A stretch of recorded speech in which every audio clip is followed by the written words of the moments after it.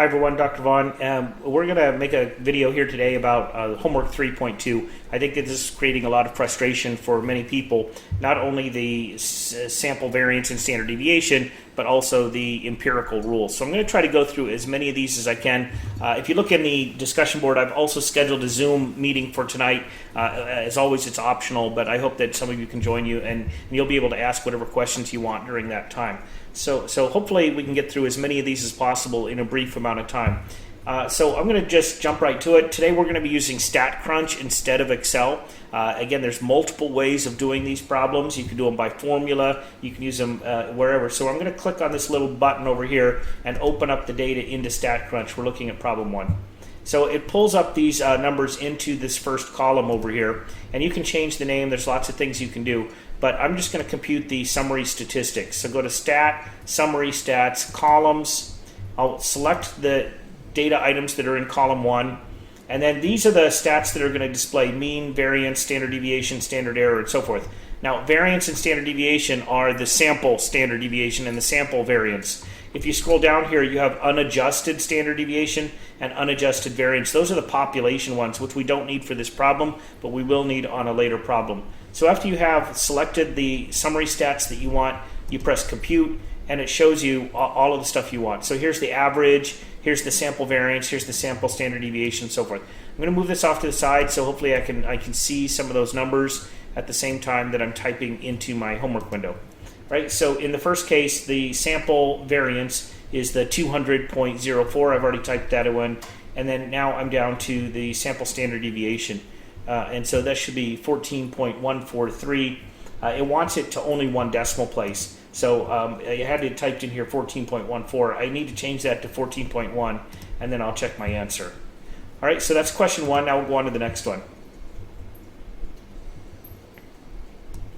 I'm going to, in between, actually close down the StatCrunch, just kind of refresh it. So here you have a smaller data set. There's only 4 numbers here, cost of repair. And again, they want the range, sample variance, and sample standard deviation. So I'll open this into StatCrunch.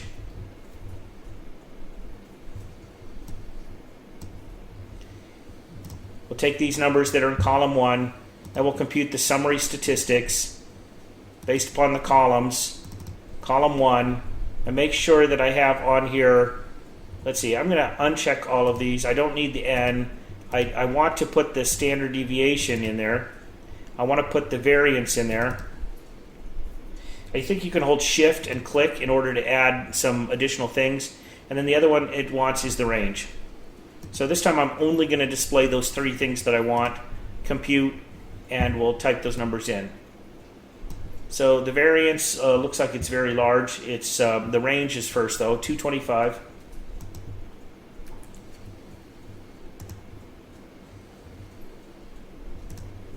Now the variance, which is the squared, so that's a 10571.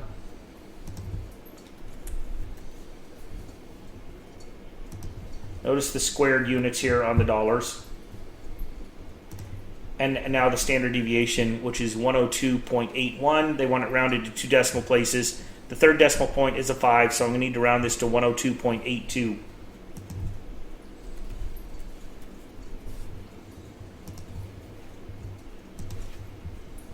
All right, I'm going to close out StatCrunch again, and we'll go on to the next question. Okay, here's another set of data, range and sample standard deviation. All right, great.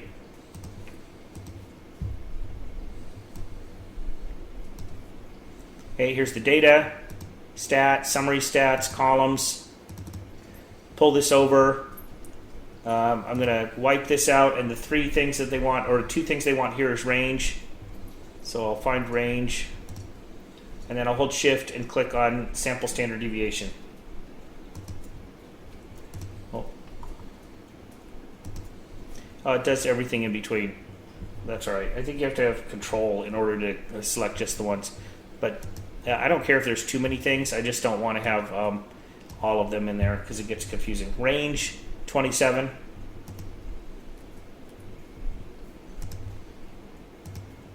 And sample standard deviation 8.83.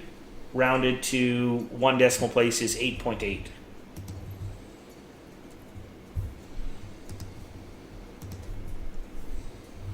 Right, number 4. This one actually doesn't require StatCrunch. You're just looking at these two pictures. I'm going to close down StatCrunch again.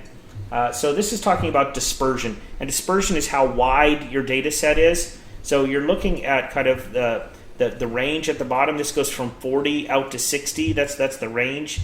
And this one is going from 30 to 70. So even though this is like a little bit more bell-shaped and this one's a little bit flatter across the top, this one's still wider. And when it's wider like that in general, and as long as they're not all packed in towards the middle and just a couple of outliers, this one's not that way. You have still a good number of scores that are out near the edges. So this one's going to be much wider. This has bigger dispersion. It's spread out more because of the units, 30 to 70 versus 40 to 60. And so that's going to be the one that has the greater range, the greater variance, and the greater standard deviation. And so, first of all, I need to pick one of these two options, A versus B.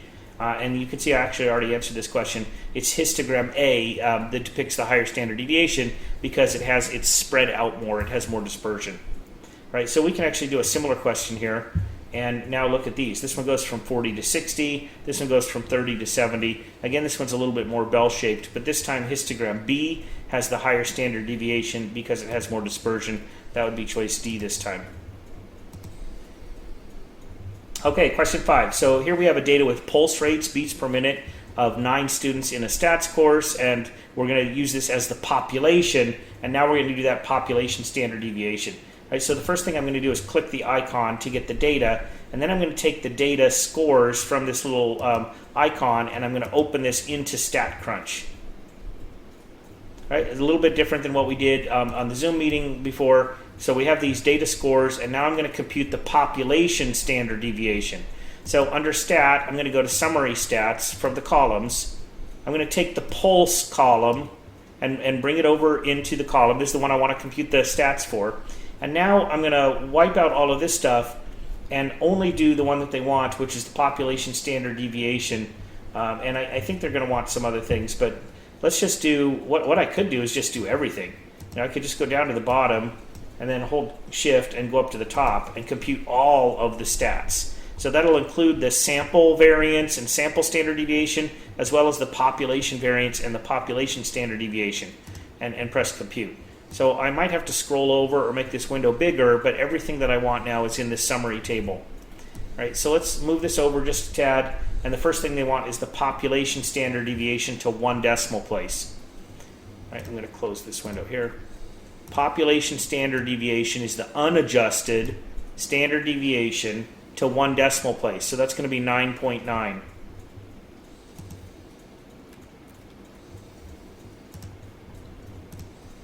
Now they want the sample standard deviation of each of these small samples.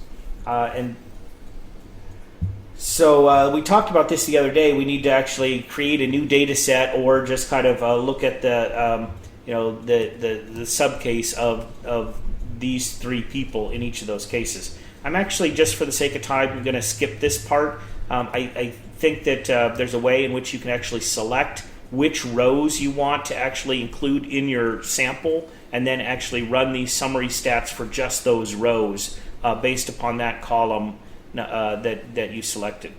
So let's go on to the next question, because I want to make sure we finish all of the ones and get to the empirical rule, which is the one some people are having some difficulty with. So here's number 6, and this is the empirical rule question. Now I'm going to jump over to the whiteboard for just a minute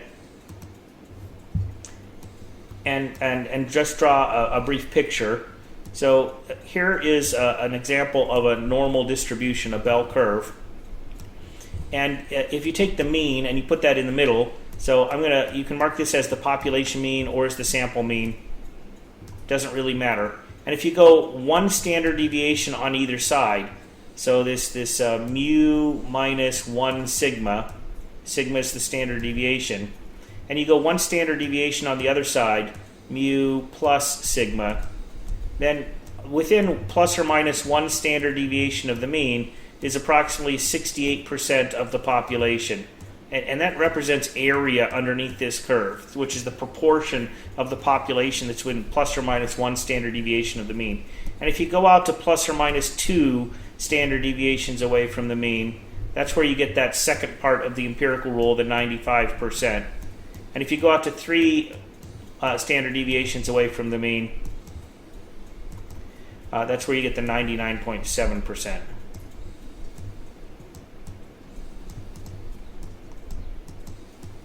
So in these questions, what you're really counting is how many standard deviations away from the mean you are, and then you're going to use that in order to answer these questions. So in part A, now my mean is 100 and my standard deviation is 17. So it says what percentage of the people has an IQ score between 16 and 134. So what I want to notice here is that 100 is in the middle and 34 is 2 increments of 17, which is the standard deviation. So 134 is 2 standard deviations above the mean, and 66 is 2 standard deviations below the mean. So what this question A is really asking is what's the percentage of people that's between plus or minus 2 standard deviations away from the mean? And that's from the empirical rule, the 95%. So I'm just going to write that over here from the empirical rule, and all I really did is recognize 66 and 134 as being 2 standard deviations above and below the mean. Now I'm going to go to part B. It says less than 66 or greater than 134. So I'm going to refresh my canvas here and draw another picture. You'll see me draw a lot of these pictures. So here is my normal curve, and here's that 2 standard deviations away from the mean, and that was 95% was in the middle. And the whole thing is 100%. So if 95% is in the middle, then this region over here and this region over here combined are the other 5%. So 100 minus 95 is giving me the 5% that's split into those 2 pieces. And so each one of those pieces is going to be 2.5%. So if I take this 5% and I split it into 2 pieces, and we're going to do this a lot for a lot of different reasons, especially when we get to inferential statistics.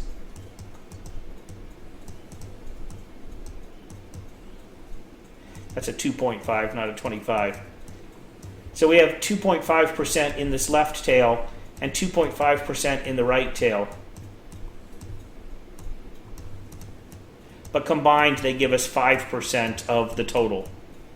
And so this says what percentage of people are below or above. So they're talking about both pieces of the tail.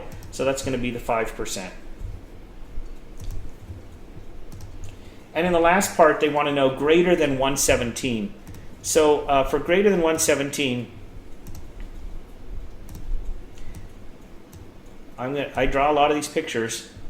Okay, so here's our mean 100 that's in the middle.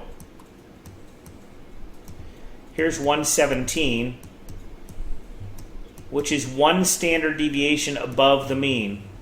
So this is the 1 SD above the mean. And so now they want to know what this proportion is over here. Now remember that if I go plus or minus 1 standard deviation away from the mean, that this area here would be 68.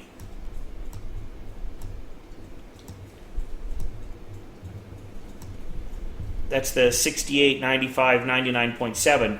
And it's also symmetric. So that means this half of it on the right is 34. Also, from the middle on down is 50%. So when I go all the way from the left up to this stopping point, you have 50% to the middle, another 34% after that. You have 84% that gets you all the way up to here, which means that the leftover amount is 100 minus 84, because the whole thing's 100%. And that's going to give you 16%.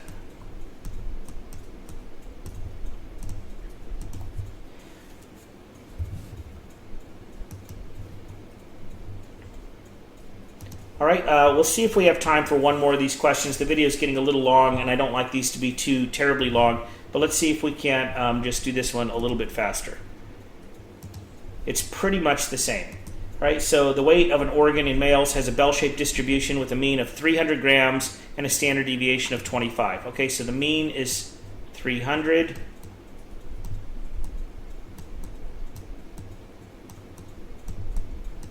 SD is 25.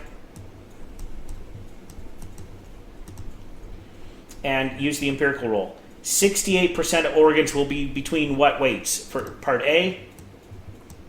Okay, 68% is one standard deviation above the mean or below the mean. So 300 minus one standard deviation gets me to 275.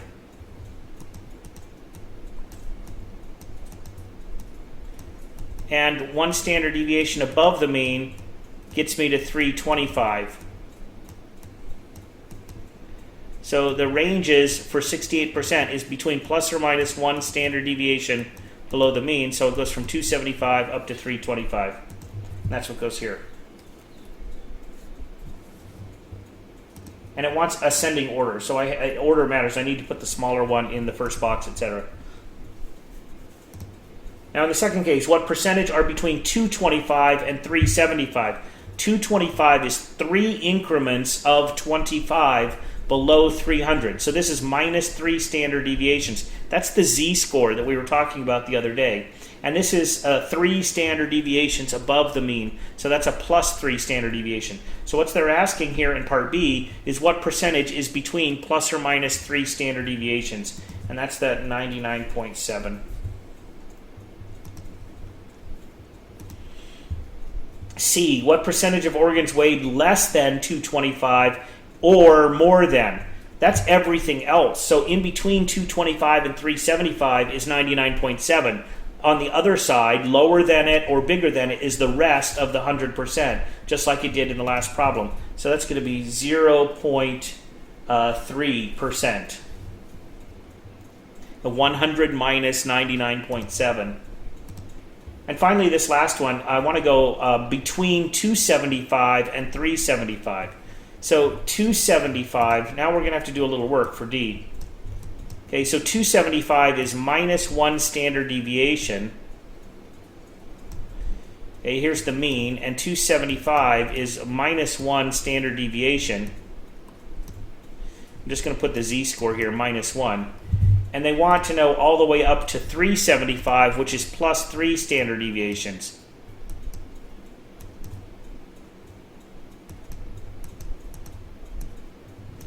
So what I would do is I'd break this up into these two different kinds of pieces. And this part we know is going to be 34% because it's half of the 68 between plus or minus 1.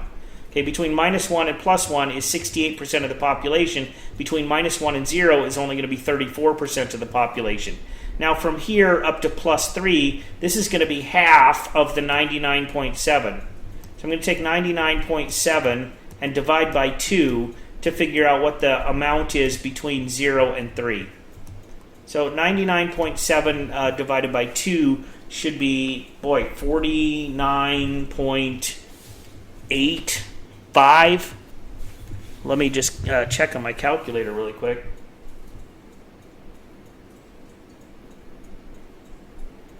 $49.85. So now I'm going to take this 49.85 and add it to the 34 that's on the left of the 0. This is really sloppy, but I'm just trying to do this quickly and with a mouse instead of a pen or a marker. So that's 13 and add the 1, 83.85. Right, so then over here I'll round it to 2 decimal places. I'll write by 83.85. All right, well, I'm just about out of time. This video is getting way too long. We got through a good amount of this homework, and again, we can go through some more when we get into the Zoom video conference if you wish tonight. Also, you can still turn in your homework without penalty, and I'll see you tonight.